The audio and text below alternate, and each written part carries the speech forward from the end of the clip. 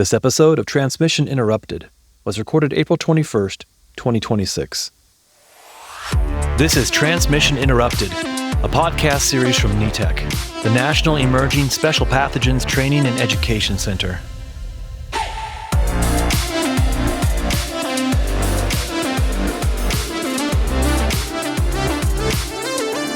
Welcome to Transmission Interrupted from NETEC.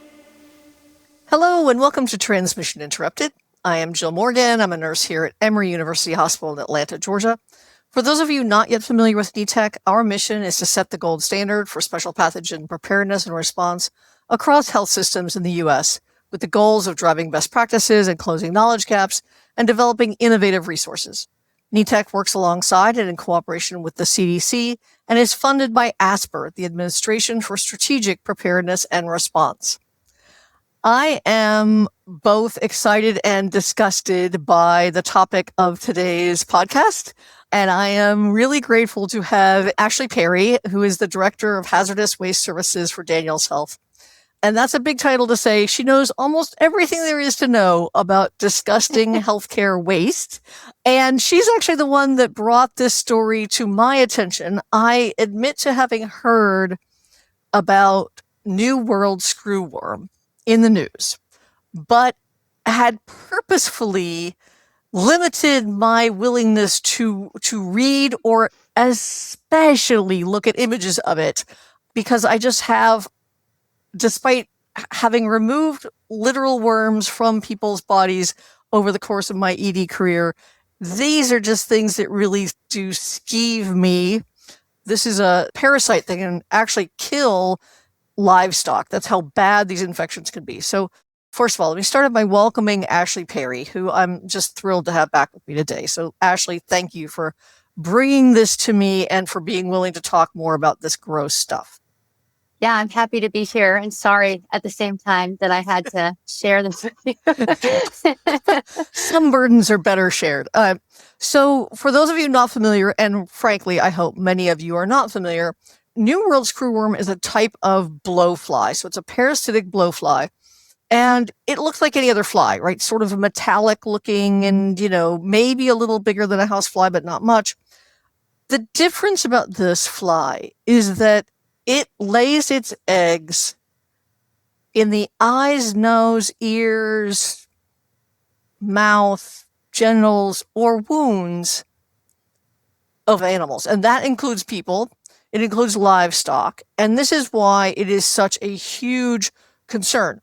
It not only lays its eggs there, but as these eggs develop into the little worm, which is the intermediate stage of this life cycle, the worm itself doesn't just feed on dead tissue, which are many, many worms, and some people may even be familiar with using things like maggots to eat dead tissue from wounds that we do in the hospital, right? And that's, is something that happens.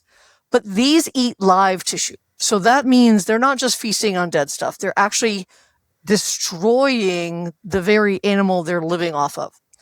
And so it can bring about the death of livestock and pets and can completely gross out humans.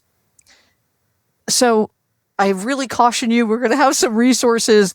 Look at images for the very large livestock industry in the United States, especially across the Southwest, where we have lots and lots of cattle herds and things like this.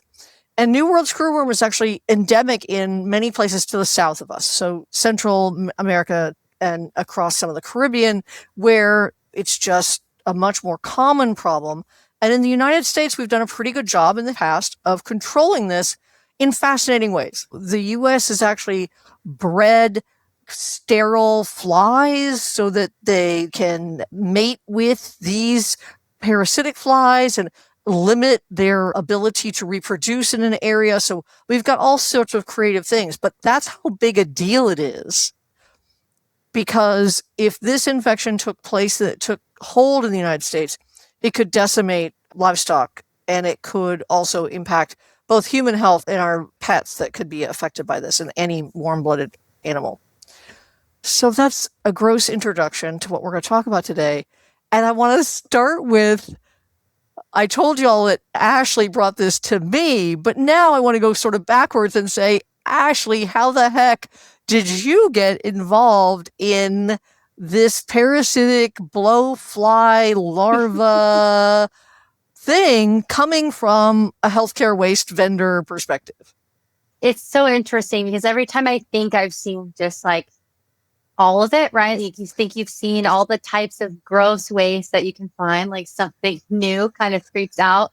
And that's kind of how this went. So we had a customer that was actually on the West Coast, like in the Southwest United States, and they had a patient come in and they did have these maggot worm looking things in an infected wound. And so they were concerned, obviously, just with their location to some of those like southern areas like Mexico and Central America, that this could potentially be a case of New World screwworm. They had reached out. They're like, what do we do with this? And I was like, hold on a second. I need to learn more about what New World screwworm actually is. They'd heard it kind of in passing, but I'm the same way, Jill. If it's creepy crawlies, I try to not let it come into my brain. So in going through this process, really learned about not only like the impact that these cases have on livestock and on the communities, like where these cases come from, but there's also some unique guidance out there around waste and how to handle this. So thankfully, this facility, like they sent in their worms, like there's a certain number of larvae they have to collect. They send it in to like the CDC and their local state Department of Health. And it came back that this, thankfully, was not a case of New World screwworm. They still wanted to treat the waste as if it was, just to be safe, which is what I would always recommend. Thankfully, it was not an actual case of New World screwworm, and there has not yet been a U.S.-based case where it's generated from the U.S., but it got me thinking that this is probably something, given the complexities around some of the guidance that CDC has, as well as some things like waste disposal related guidance, where maybe the CDC is forgetting that there might be some EPA rules to some of the processes, which we can talk about, where it could cause some confusion. And so what I did then is just got engaged internally within our organization, worked with our customer to develop their policy around how they would handle this, and then started working on some resources for us as a vendor to be able to provide out in the event that our customers have this kind of waste or have suspected cases. So that way we don't end up in situations like we have in the past when we get these new pathogens, is like we've got a bunch of waste that went out to the wrong place, or it went out for disposal, or things got thrown in the wrong container and were not properly disposed of, to try to limit any kind of unintended spread of these cases. So thankfully it was not a case that came to fruition. Yeah. And I think, your point about losing control of this stuff is really important, because we don't always think about, we discard something, right? So I think in most cases in an emergency department or a healthcare clinic of any kind, if you remove something like this, you might just throw it in the trash. If you clean out a wound and have even the eggs, not even the worm stage, but the eggs, you might irrigate that wound, capture that irrigant, and which would include these live eggs, and it might just go into your regular trash, because in many hospitals, that would not even be necessarily considered red bag trash, right?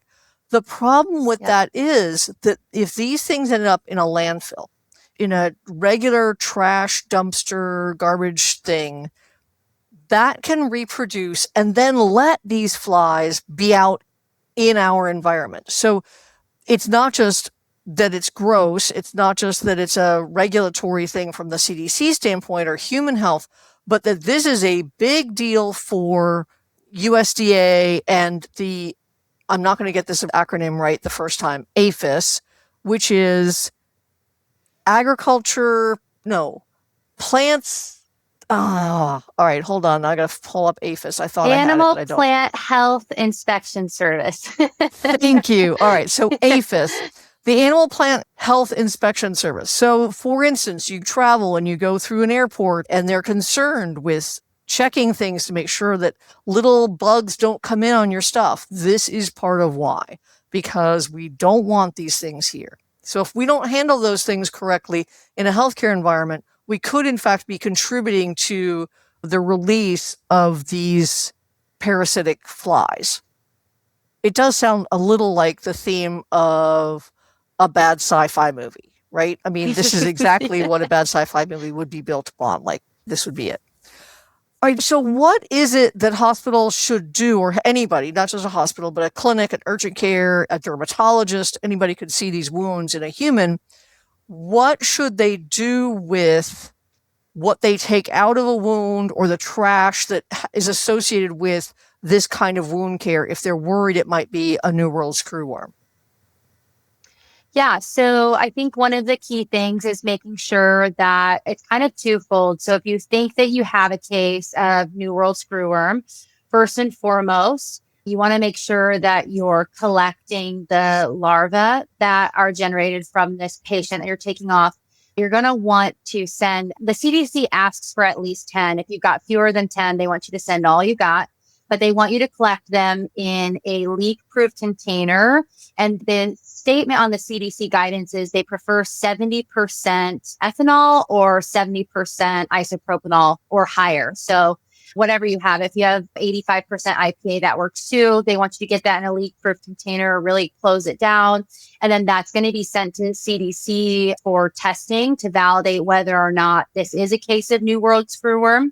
And then all the other larvae and eggs. So if like you have a patient that has a bad infestation and there's more than the 10 that you're supposed to send to CDC, you want to make sure that you're taking all of those materials, specifically the live larvae, the eggs, and you're getting those also into a different leak-proof container with 70% ethanol or alcohol. They did say they will also allow formalin if there's not ethanol or alcohol available.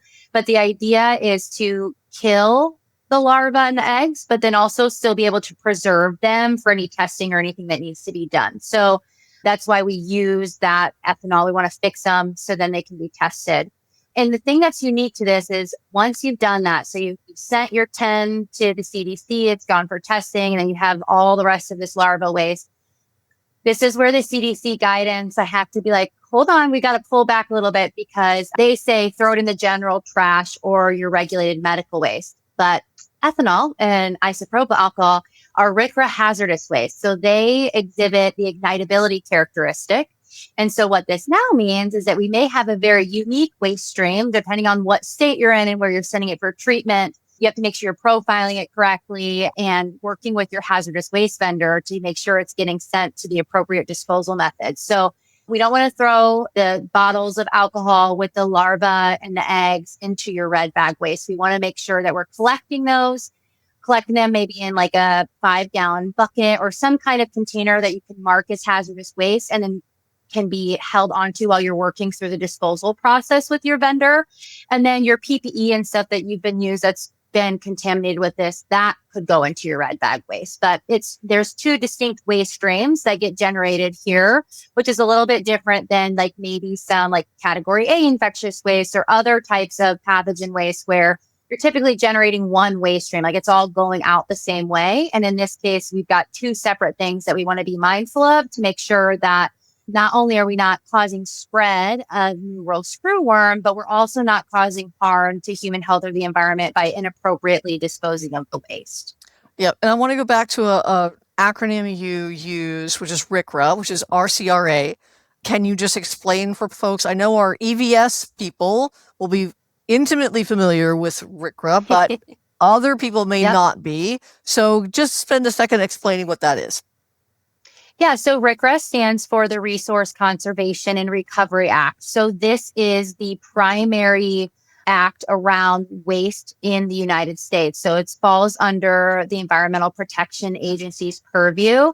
And so when we talk about RCRA waste, we're talking about hazardous waste. So these are things that are regulated. The EPA breaks it down into a few different categories. They will define things as having a characteristic of hazardous waste, or they'll be considered a listed hazardous waste, which means they've come from like a specific process or they contain some listed hazardous chemical in the makeup of that material. Specifically for the New World screwworm, when I mentioned the ignitability characteristic, essentially the ethanol is flammable. We want to make sure it gets disposed of properly. So that way we're not putting something flammable into our compactors, or the worst thing to do would be put something flammable into our medical waste that gets autoclaved and goes through a big heat steam sterilization process. So we want to make sure we're not having risk down the line.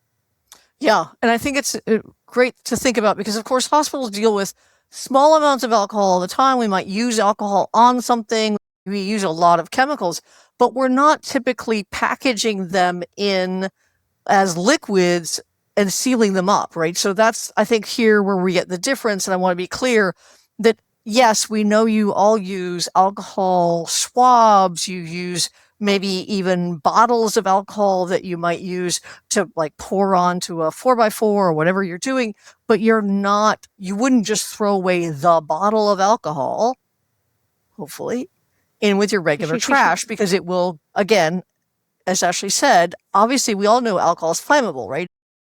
So that is fascinating that people would have to then separate this trash if it's got this bottle or some sort of cup of alcohol with these larva eggs or larvae in it.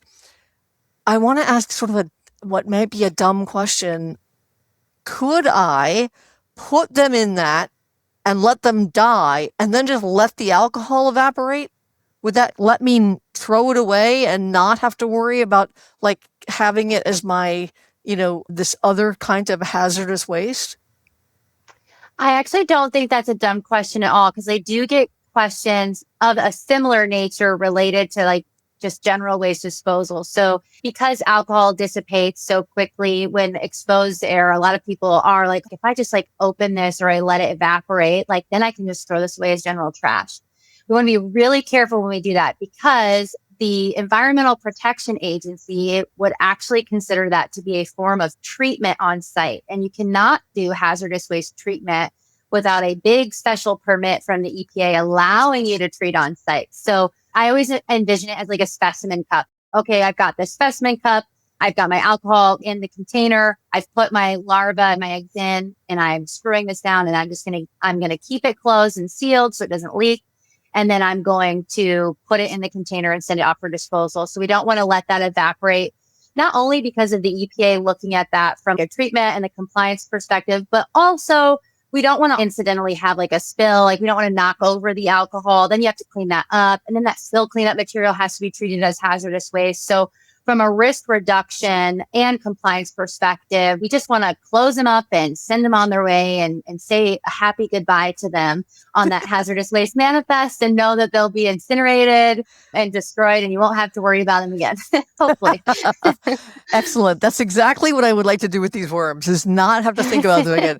Oh, one other question in that regard. So is there a volume of the alcohol that crosses this threshold, right? So like, is it 5 mils, 15 mils, 50 mils? Like, what constitutes the volume that we would have to do something with in this regard of separating it as a RCRA or hazardous waste different from my regular hospital waste?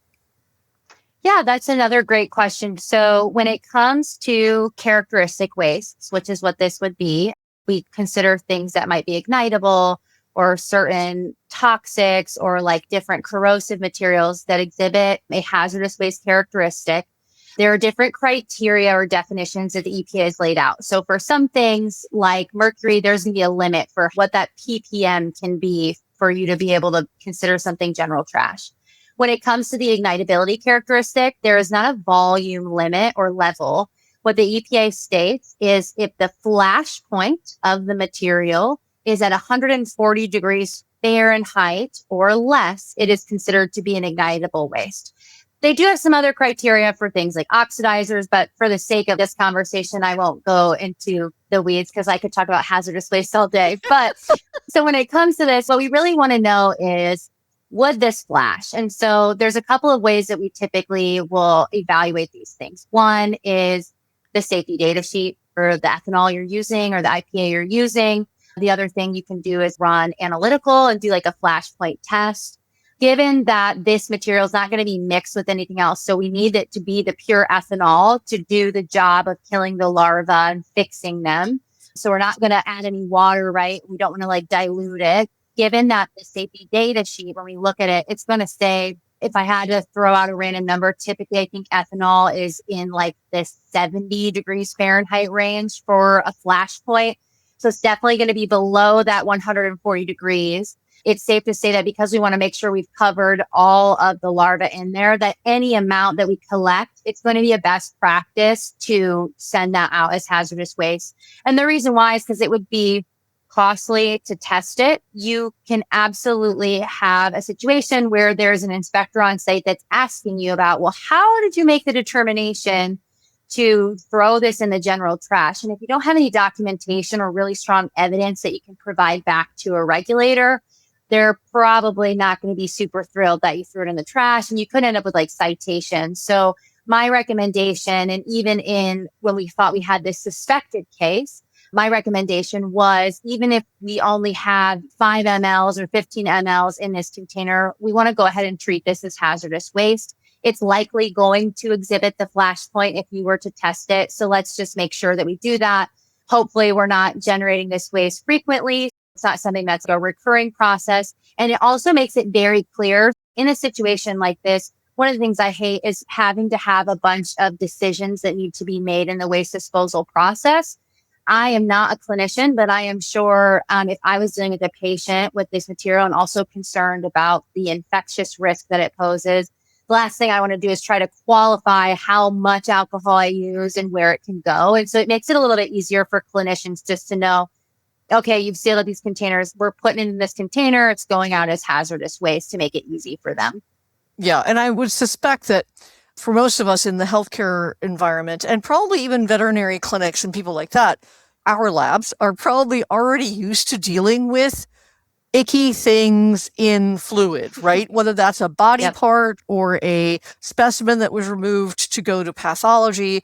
They have processes for this that will be compliant with the RCRA rules, which say that it has to be treated as a hazardous waste. So this is just one of those things where maybe you're not used to that situation in your emergency department, but your laboratory probably is. So lean on the people in your facility that are already probably handling these things, know what to do. And then, of course, EVS supervisors, I know the Healthcare Waste Institute and your waste vendor are great resources for, if you have a question, what do I need to do with this? Reach out. The last thing we want to do is pass risk downstream. Y'all have heard me say that before. We don't want to ever knowingly pass risk on to other people. It's not fair. So talk with your lab, talk with your waste vendor, talk with EVS.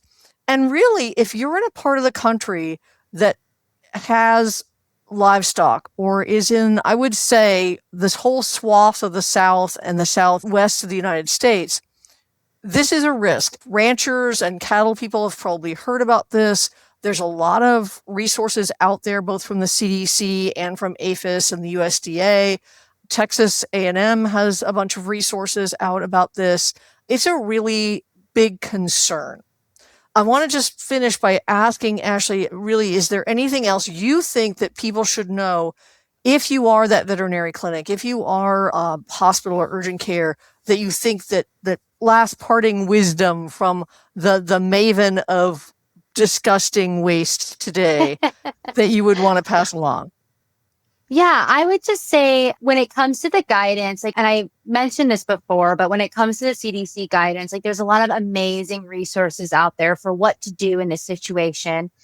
I always recommend just take heed when it comes to receiving guidance on disposal from organizations that maybe don't deal with this disposal. So again, I think CDC is doing their best effort, but there's a lot of intricate rules that are at play. If there's one thing that I can really reinforce outside of how gross this waste is just being mindful of that. If you have guidance or you think you have a suspected case, like I've said it before, engage your vendor early. Make sure that your teams know within the organization, whether that's environmental services, if you have an environmental health and safety person, and just be mindful of the guidance that you're following. So to any EH&S or EVS staff out there, reach out to your waste vendor just to validate that the guidance that you're seeing is how they would direct you to, just to make sure that you're going to be in compliance for that. And I think my second piece of advice would certainly be similar to what I say always is, if you are prepared, then you don't have to stress about it when it happens. So it's definitely worth considering evaluating your policies, having conversations internally within the healthcare organizations to determine whether or not anybody's even talked about New World Screwworm. Even if it's low risk, it's better to have something in place than trying to figure out how you would handle it when you've got a patient that actively has these larvae and eggs and flies that are developing. And so we want to make sure that we're prepared to deal with this and that it's not a scramble on the back end. It's just how we prevent inadvertently spreading the disease or inadvertently causing harm downstream because we haven't provided proper guidance or we don't have a plan in place to manage this, and then the waste going out for proper disposal. Yeah, I think it's super important. This is really timely right now because we have a lot of people who travel to the Caribbean and Mexico and Central and South America. We have a lot of people who will be coming from those areas into the United States for the World Cup coming up. We have folks that might already see regular bot flies and other kinds of fly larvae in wounds. And we don't expect you to be able to tell one worm from another. Frankly, I don't want to look at them long enough to tell which is which ever. But in this case, especially since we know this is such a risk, if you are a healthcare provider and you are extracting a larva from a wound, if you are washing out an infected wound and it has eggs and or larvae in it, and the eggs are going to look like very small grains of rice, and this is gross, folks, but it can move from egg to larva in 8 hours. It doesn't take long to make this life change. I mean, it took long for me to make many of my life changes, but it doesn't take these larvae long at all. And the warmer it is, the faster this life cycle happens. So as we go into the summer months, it doesn't take a month for these flies to go from a fly to a larva. It takes just a couple of weeks for the entire life cycle to go around. It's super important that people be aware of this. So if you have people that are extracting these things, prepare them now. As Ashley said, 70% is a minimum of alcohol. Seal it up. You want to send the specimen to make sure that it's not this particular New World Screwworm. Hopefully it won't be, but if it is, you will want to have taken care of this waste correctly while you're waiting for the results from the CDC about what kind of worm it is. Wow. Like I said, I was both excited and disgusted by today's topic. I know. I was going to say, I forgot to mention too, earlier, there's something like uniquely gross about this as well, which is that I think in most cases, from my research and understanding, is that larvae tend to stay towards the outer surface of the wound in most cases. But as New World Screwworm, as they develop and they go through their life cycle, they actually burrow deeper. So a wound may not present itself with larvae or eggs that are very easily visible. And so just being mindful too, when you're doing wound cleaning, you could find them deeper as they get into their further life stages. The New World Screwworm continues to burrow deeper into that wound, which is wonderful. A wonderful parting thought for everyone. Yes, and it's really sort of how they got their name, right? Because their bodies have this little screw thing that sort of lets them get deeper into tissue. And as we said, this is not just a superficial infection. These infections with this infestation with these New World Screwworms causes the death of livestock, which is just a horrible idea that a fly can kill a cow. But this is exactly how it happens. So you've been warned. Look at the pictures with, one eye shut, but also really be on the lookout, and please help educate any of your providers who might be handling these things, handling these wounds, doing wound care. This is a great topic for your wound care team and your EVS team to make sure everybody's on the same page about what's happening with these. So, Ashley, thank you so much. It's such a pleasure to talk to you, even when it's about a gross topic.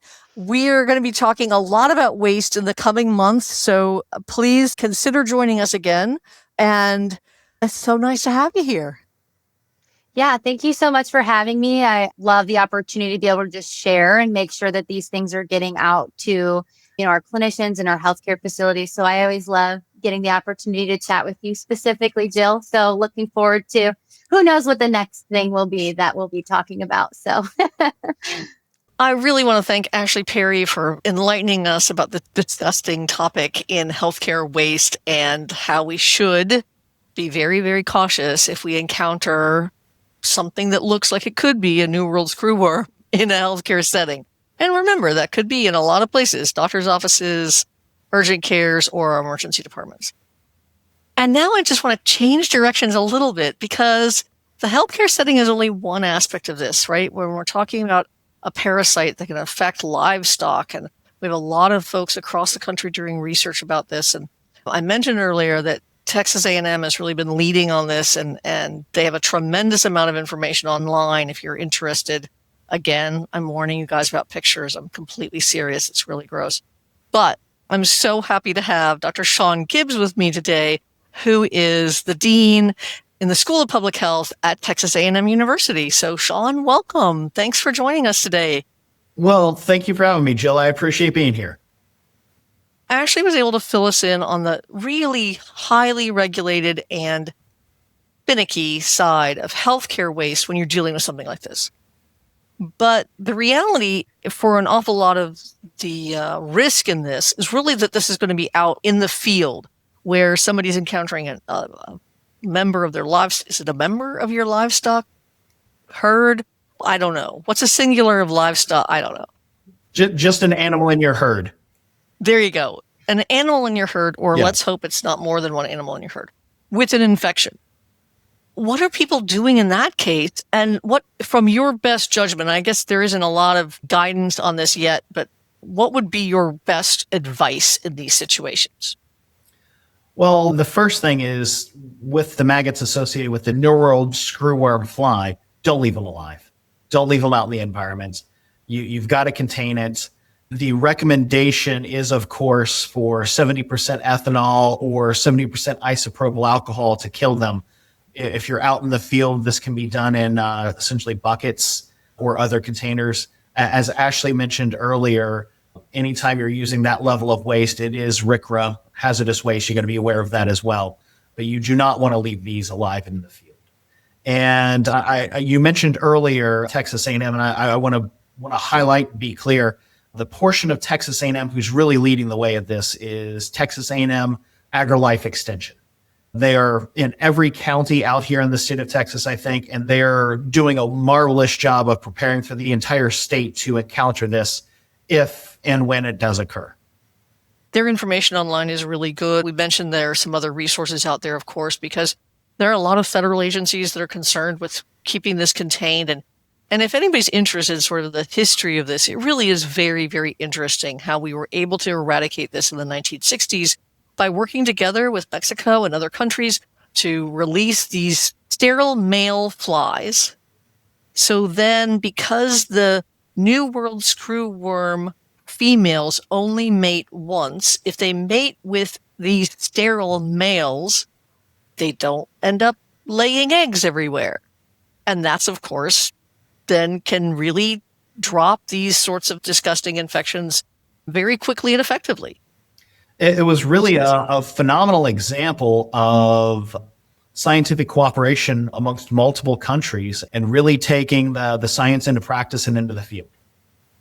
I love the idea that it wasn't like some new drug that we had to spray on animals, or that we're not, spraying insecticides from the sky, but this fairly, I guess, low impact to the rest of the environment or the rest of bugs if you're only doing it with one specific kind of horrific fly.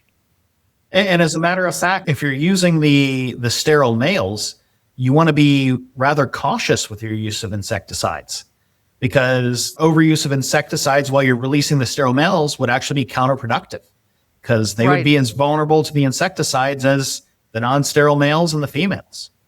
Yeah, you actually want to let them go for a while. Oh my gosh, it gets so complicated so fast. In your past, you've done a lot of work with like lab safety and risk analysis and things like that. And so we do know that there are researchers out there working on this and other sort of dangerous bugs. Is the disposal method, is the waste side of things different in the lab than it is in the very complex hospital world? I mean, you mentioned RCRA, which we've already defined for folks, but that's obviously involves the alcohol itself. But thinking about how people get rid of the creepy things they're working on in a lab. Well, I think the lab environment is actually going to be fairly similar to what Ashley described in regards to the healthcare environment. It's going to be a very controlled environment where you're going to be able to identify things rather rapidly and realistically dealing with a smaller number. You're going to be dealing with one patient, or in a lab environment, you're dealing with something that you've created or that you've brought in for study. So it's going to be a lot more controlled.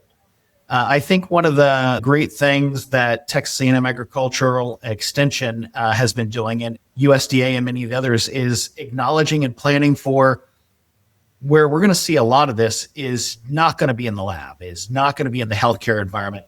It's going to be in the field. It's going to be in the herds. It's going to be in the head of animals. And you're going to have to address it out on a dairy farm or out, in a pasture somewhere. And that's a very different environment than a hospital or a laboratory structure. You're going to be dealing with weather. You're going to be dealing with the elements. Anything that you're bringing in, you're driving in or you're hiking in. So anything you bring in, you've also got to take out. So there's also the potential for a lot higher volume of these maggots when it comes to the animals. I know you don't like to hear that. I mean, Jill, you've been a nurse for a year or two, and and generally people will notice something burrowing under their skin, and they will go to a healthcare provider. People in the laboratory, the scientists, will maintain the maggots and they'll control the maggots. The animals can't talk, so right. if they get hit, even with great ranchers who are paying attention a lot to their animals, there's a potential for one of these maggot infestations to grow pretty robust. Yeah, and of course that's how they get their name, is because they're literally burrowing down as they go, because of course they're eating live tissue. And the fact that it doesn't need a wound, that it can be in like an animal's ears or whatever, it's just a horrific idea. Yeah, anywhere there's a mucous membrane, it can get in. And the truth of the matter is, with all of our feed animals, just like people, we constantly are dealing with scrapes, cuts, etc., right?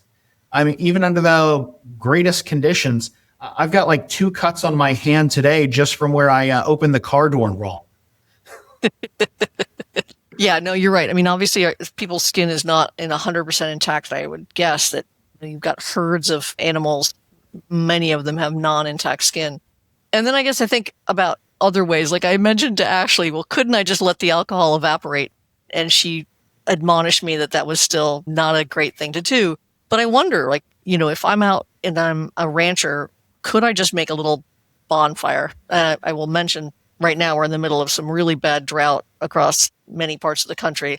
So I'm not recommending fires, but something like that where you figure we could destroy this. And as you mentioned at the very start, our goal is to not leave any of these where they could then create an ongoing outbreak.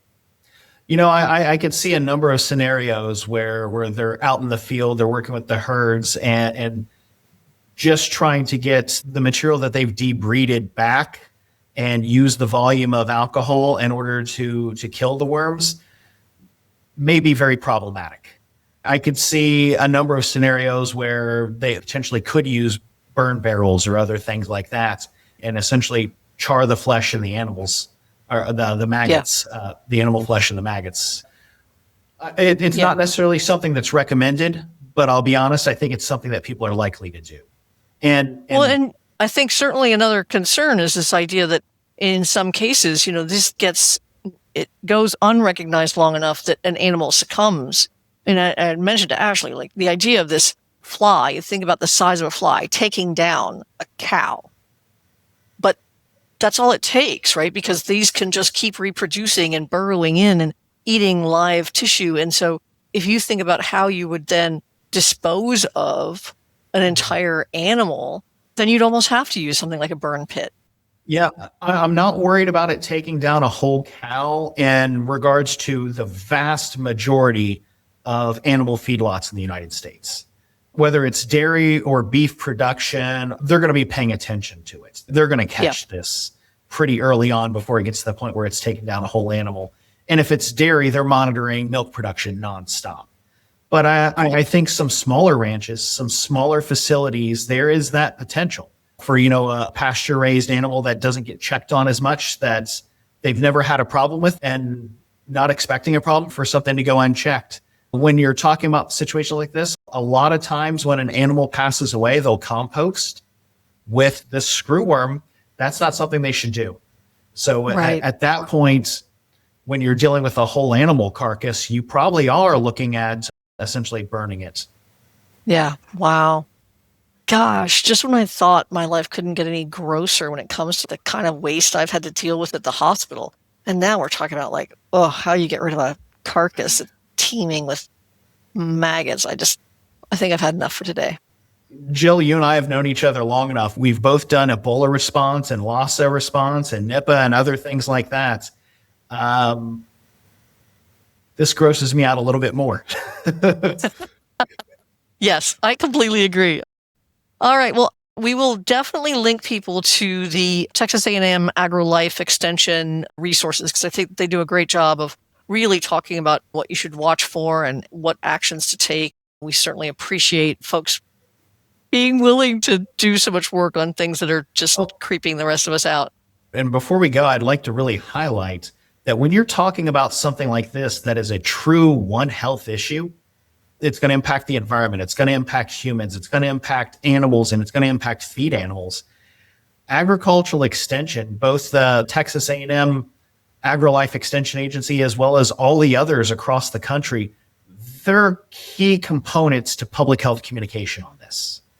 They're embedded in their communities. They're working with the ranchers. They're working with the farmers. They're working with the communities.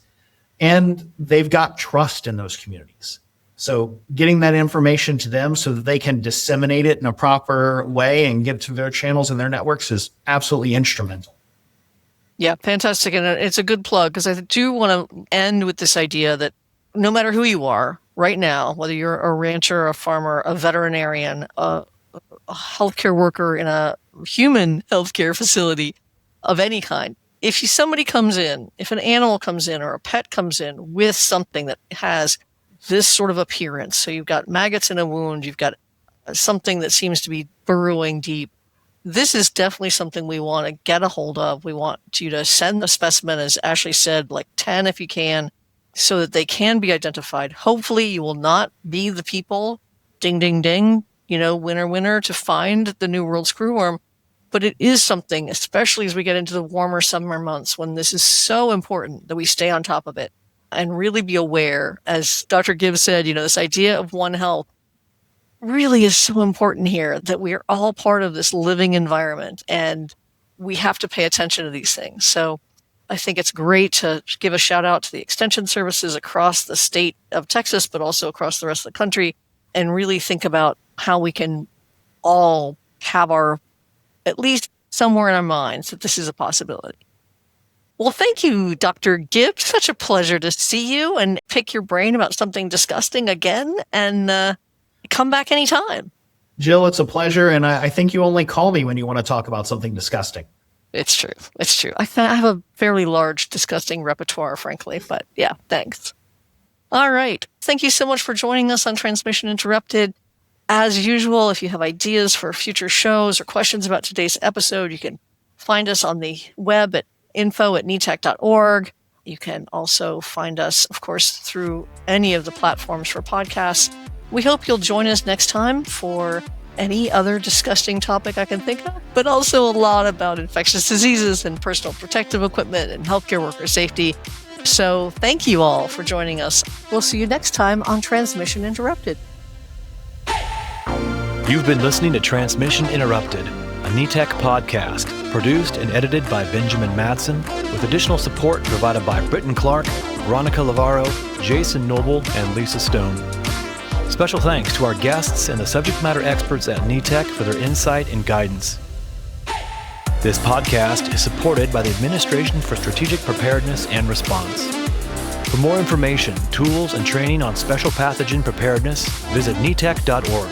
And don't forget to subscribe, rate, and share the show on Apple Podcasts, Spotify, or wherever you get your podcasts. Thank you for tuning in to Transmission Interrupted.